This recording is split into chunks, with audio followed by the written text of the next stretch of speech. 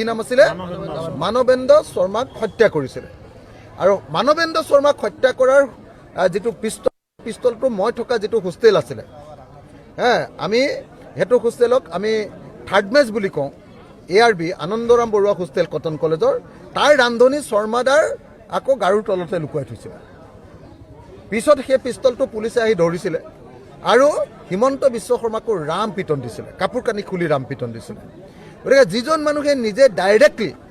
গুলিয়াই এজন কংগ্ৰেছৰ নেতাক হত্যা কৰিছিলে মানৱেন্দ্ৰ শৰ্মা সেই মানুহজনে যে আকৌ আন্দোলনত মৃত্যু হোৱা শ্বহীদ এজনৰ বিষয়ে এনেকৈ বেয়াকৈ কয় সেইটো কথাটো ভাল কথা নহয় 1 নম্বৰ 2 নম্বৰ মই জনামতে হিমন্ত বিশ্ব শৰ্মাই আলফাৰ নামত পইচা তুলিবলৈ গৈ আমাৰ চানমাৰীৰ যেটো ঘৰ আছে তাৰ ঠিক কাষতে দুঘৰ এৰি ইঞ্জিনিয়াৰ দাসদাৰ ঘৰত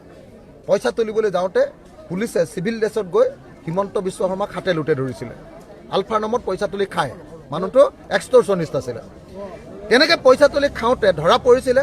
আৰু পুলিচে ধৰি নি চানমাৰীৰ লকআপত ভৰাই থৈছিলে চানমাৰী থানাত লকআপত থাকোঁতে তেওঁক কাপোৰ কানি খুলি জাংগিয়া খুলি ৰাম পিটন দিছিলে হিমন্ত বিশ্ব শৰ্মাক এই কথাটো মোৰ মনত আছে থেংক ইউ নিজে কওক কথাটো বুজি পাইছেনে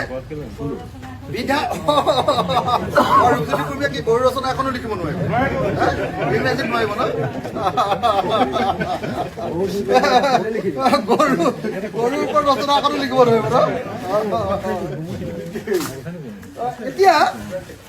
এইকাৰণে একদম মনে মনে থৈ দিয়ে